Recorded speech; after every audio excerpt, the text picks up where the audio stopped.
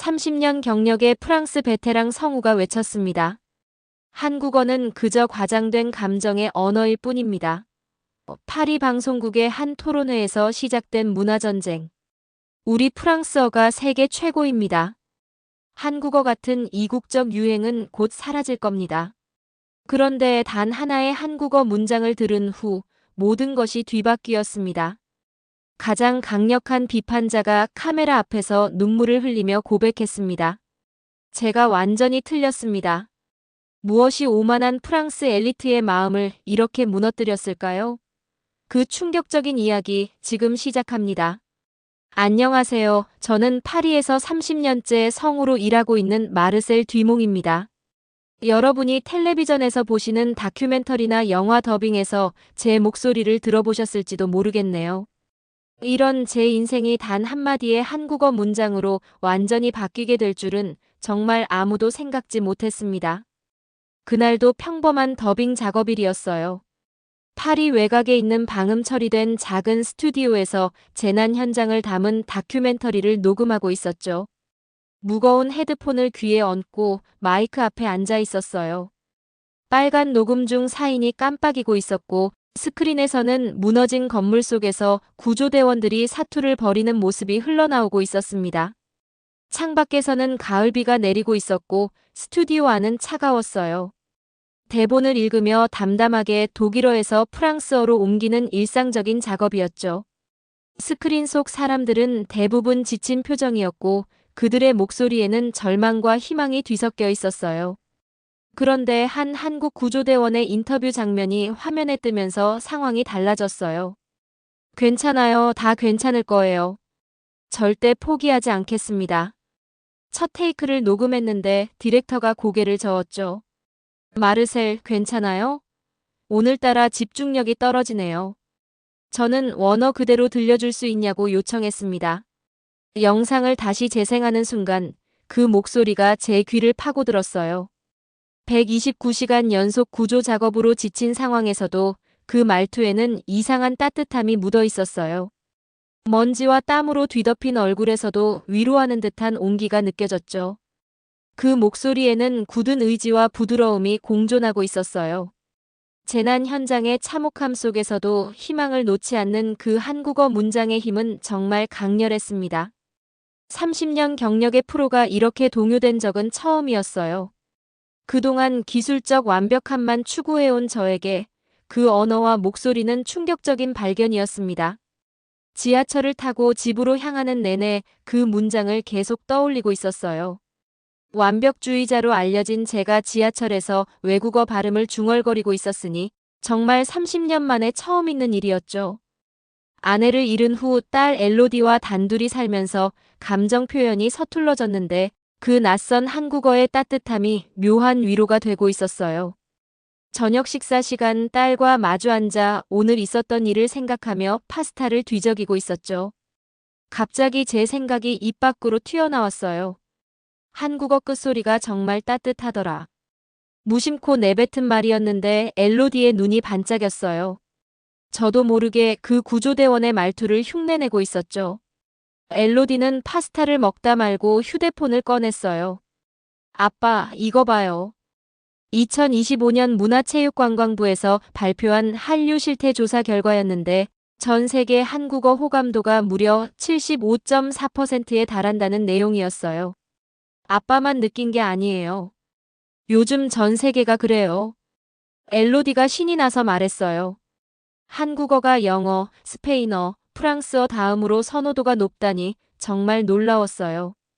아빠, 나 대학에서 한국 문화 수업 듣고 있잖아요. 교수님이 말씀하시길 한국어가 언어학적으로 굉장히 독특하대요. 문장 구조도 그렇고 존댓말 체계도 그렇고 무엇보다 소리가 음악적이래요. 엘로디는 한국 드라마의 한 장면을 재생했어요. 배우들의 대화는 이해할 수 없었지만 그 말투의 리듬감과 흐름이 마치 멜로디처럼 들리고 있었습니다. 아빠, 이건 그냥 언어가 아니라 전 세계가 사랑에 빠진 현상이에요. 저는 그날 밤 처음으로 한국어에 진지한 관심을 갖기 시작했습니다. 그리고 그것이 제 인생의 새로운 장을 열게 될 줄은 그때는 전혀 몰랐죠. 저는 그날 저녁 엘로디의 말에 정말 놀라고 있었어요. 몰랐는데 정말로 많은 사람들이 한국어를 좋아하는구나. 제가 의아함을 감추지 못하고 말하자 엘로디는 마치 이 순간을 기다려왔다는 듯 신나게 설명하기 시작했습니다. 아빠, 나 대학에서 한국 문화 수업 듣고 있잖아요. 교수님이 말씀하시길 한국어가 언어학적으로 굉장히 독특하대요.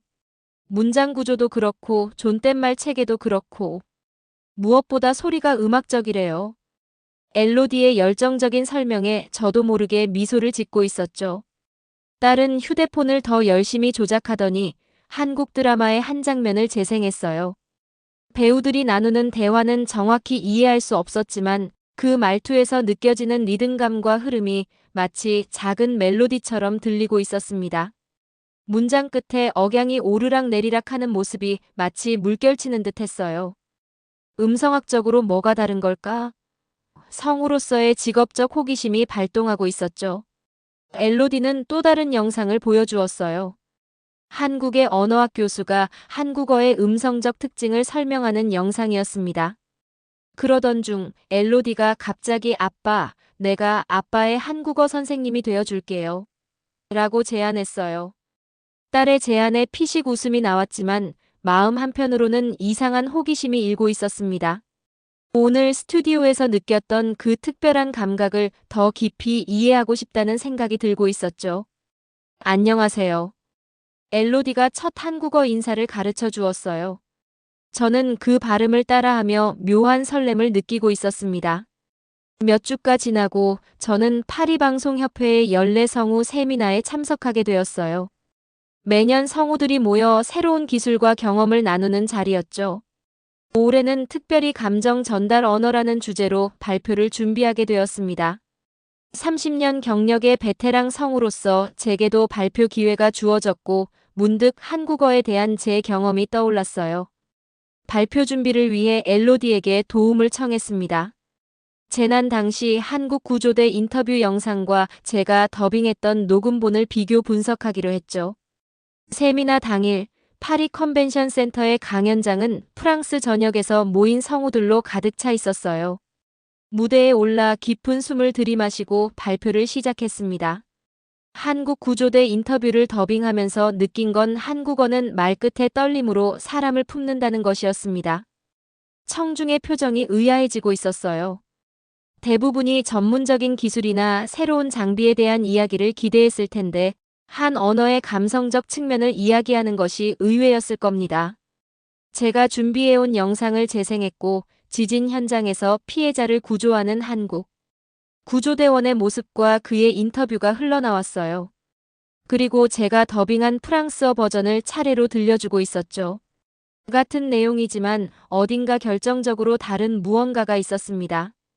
그런데 제 발표 도중 동료 장 피에르 루브앵이 손을 들고 말했어요. 한국어? 그게 우리에게 무슨 의미가 있나요? 우리 프랑스어는 이미 세계에서 가장 우아한 언어입니다. 이런 동양의 과장된 감성은 오히려 우리의 전문성을 해치는 것 아닐까요? 회의장은 순간 긴장감으로 가득 차고 있었어요. 제 심장이 빠르게 뛰기 시작했습니다.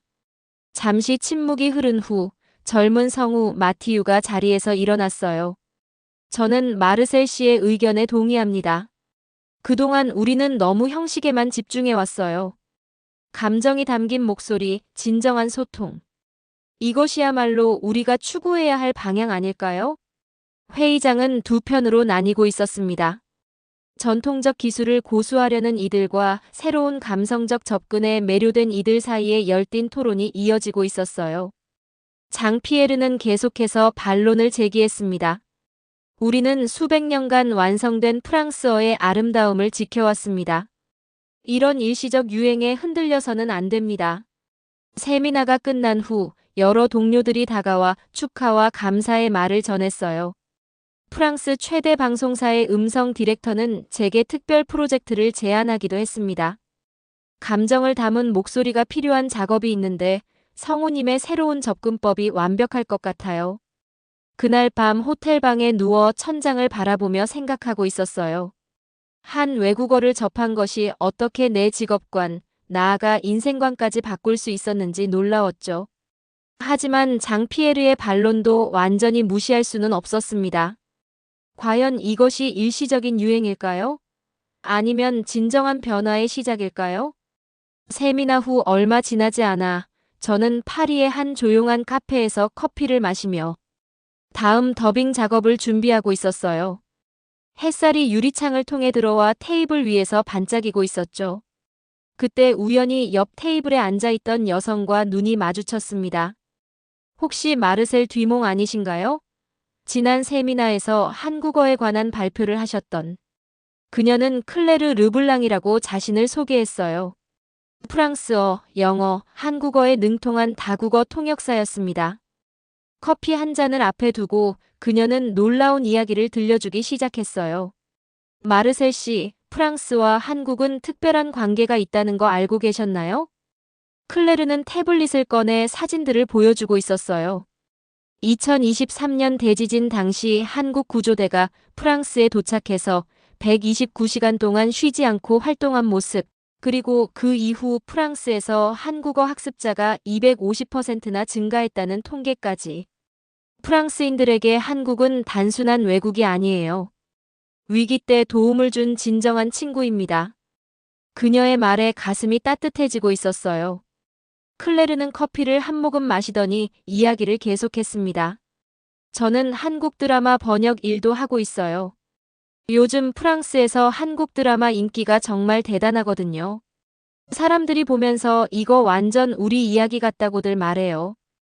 클레르는 자부심을 감추지 못하고 있었죠. 그녀의 말에 따르면 한국어를 배우는 프랑스 사람들이 매년 크게 증가하고 있었어요. 혹시 한국어에 관심 있으시면 제가 도움드릴 수 있어요. 한국어는 정말 매력적인 언어니까요. 클레르의 제안에 감사하다고 답했습니다. 우연한 만남이 이렇게 값진 정보로 이어질 줄은 몰랐죠. 카페를 나서며 클레르와 연락처를 교환했고 그녀는 다음에 만나면 프랑스와 한국의 문화적 유사점에 대해 더 자세히 알려주겠다고 했어요. 집으로 향하는 길에 오늘 들은 이야기를 곱씹고 있었어요. 문화적 유대감이 언어에도 묻어나는 것인지 궁금했습니다. 그날 저는 클레르와 엘로디와 함께 파리 외곽의 한 한국 식당을 찾았어요. 붉은 등불이 흔들리는 그곳에서 처음으로 한국어로 주문을 시도하고 있었죠. 안녕하세요. 불고기 2인분 부탁드립니다. 서툴지만 진심을 담아 말했어요. 순간 식당 안이 조용해졌고 주문을 받던 직원의 얼굴에 환한 미소가 번지고 있었습니다. 한국말 정말 잘하시네요. 그의 친절한 반응에 가슴이 따뜻해지고 있었어요. 식사를 즐기며 클레르에게 물었습니다. 프랑스와 한국, 정말 닮은 점이 많나요? 클레르는 고개를 끄덕이며 설명하기 시작했어요. 음식 문화부터 가족 관계까지 놀라울 정도로 비슷한 점이 많아요.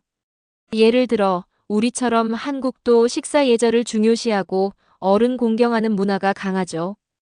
대화가 무르익을수록 두 문화 간의 유사성은 더욱 분명하게 느껴지고 있었습니다. 집안 어른을 공경하는 문화, 손님에 대한 환대, 정이라는 개념까지 공유하고 있었고 이런 유사성이 한국어를 배우는 프랑스 사람들에게 특별한 친근감을 준다고 클레르는 설명했어요. 다음 날 방송국에서 장 피에르와 다시 마주쳤습니다. 그는 여전히 냉소적인 표정을 짓고 있었어요. 여전히 동양 문화에 빠져 있나요? 이건 일시적인 유행일 뿐입니다. 우리 프랑스의 정체성을 잊지 마세요. 그의 말이 가슴을 무겁게 누르고 있었지만 어제 경험한 따뜻함을 떠올리며 미소 지었습니다. 장 피에르, 언젠가 당신도 느끼게 될 거예요. 이건 유행이 아니라 진정한 소통의 방식이니까요. 그 후로도 한국어 공부는 계속되고 있었어요. 특히 존댓말 체계의 복잡함에 매료되고 있었죠. 한국 드라마에서는 연인 사이에도 가족끼리도 상황에 따라 존댓말을 쓰는 장면이 나왔어요. 그 정교한 언어 체계가 인간관계를 얼마나 섬세하게 표현하는지 놀라움을 느끼고 있었습니다. 유튜브에서는 한국인들이 일상 대화에서 사용하는 표현들을 들을 수 있었어요. 진짜요, 대박, 아니에요와 같은 간단한 표현들이 얼마나 다양한 감정을 담을 수 있는지 관찰하고 있었죠.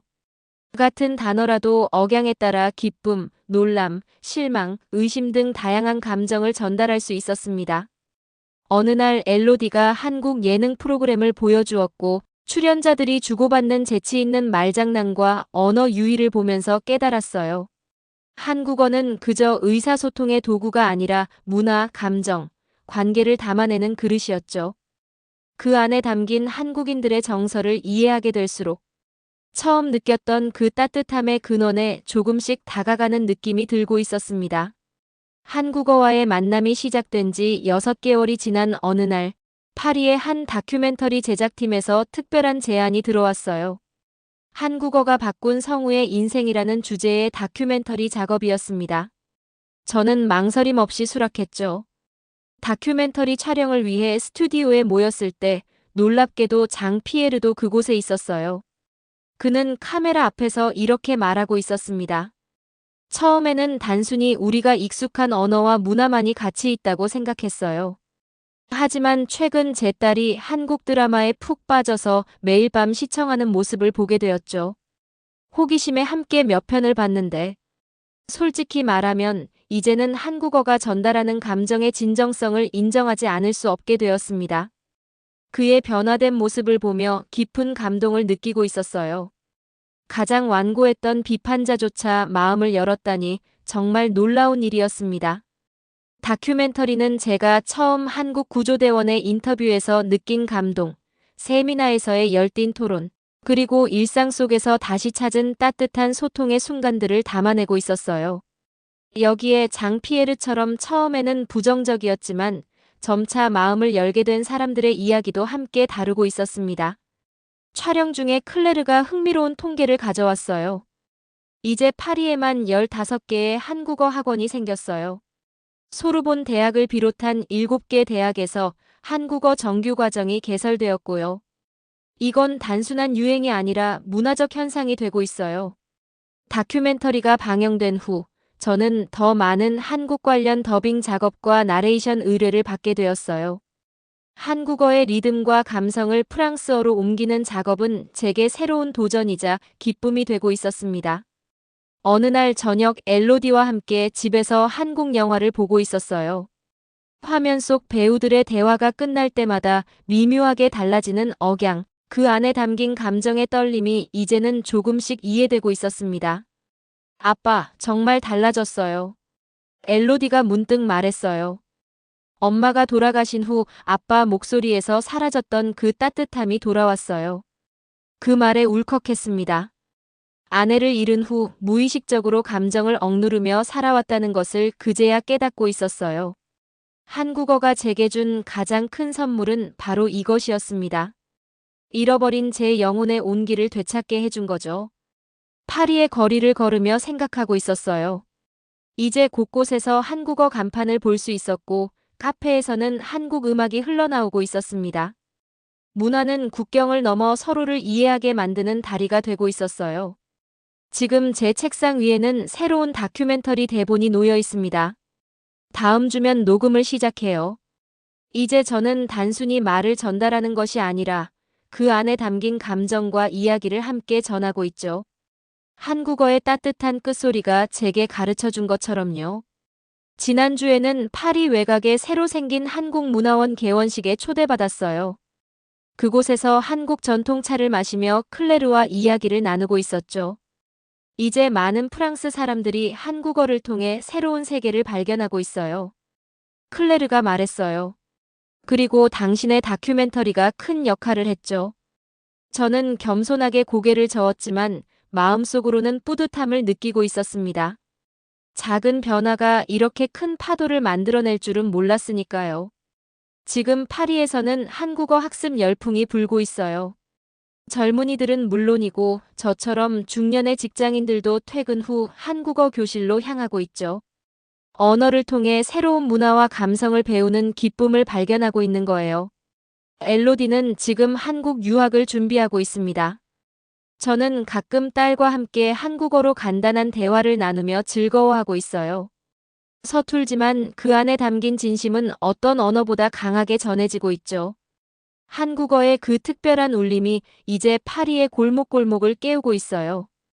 우리는 모두 다른 언어를 사용하지만 결국 같은 감정을 나누고 있다는 것, 그리고 그 감정을 얼마나 진심으로 전하느냐가 진정한 소통의 비밀이라는 것을 깨닫게 되었습니다.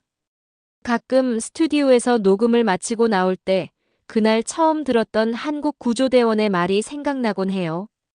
괜찮아요. 다 괜찮을 거예요. 절대 포기하지 않겠습니다. 그 말이 제 인생을 바꿨고 지금은 많은 파리 사람들의 삶도 조금씩 변화시키고 있습니다. 언어는 단순한 의사소통의 도구가 아니에요. 그것은 서로의 마음을 잇는 다리이자 영혼의 온기를 불어넣는 숨결입니다. 그리고 저는 이 아름다운 여정을 앞으로도 계속해 나갈 겁니다. 오늘의 사연은 여기까지입니다. 이 사연을 통해 우리는 언어의 진정한 힘을 다시 한번 생각해 보게 됩니다.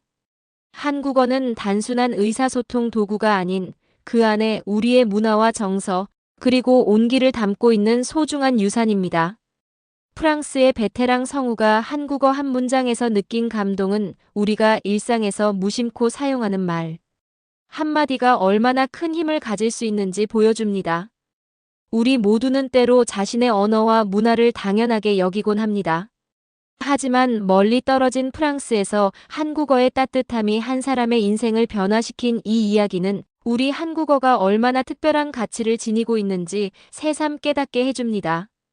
재난 현장에서 피해자를 위로하던 구조대원의 한마디가 대양을 건너 다른 이의 마음을 어루만졌듯이 우리의 말 한마디는 예상치 못한 곳에서 누군가에게 큰 위로와 희망이 될 수 있습니다. 이것이 바로 언어가 가진 진정한 힘이며 우리 한국어의 아름다움입니다. 오늘 이 이야기가 여러분께 우리 말과 문화에 대한 자부심과 함께 일상의 작은 대화에도 더 많은 정성과 따뜻함을 담아보는 계기가 되었기를 바랍니다. 지금까지 긴 영상 시청해주셔서 감사합니다. 다음 영상에서 찾아뵙겠습니다. 더 재미있고 유익한 영상을 원하신다면 구독, 좋아요, 알림 설정 부탁드리겠습니다.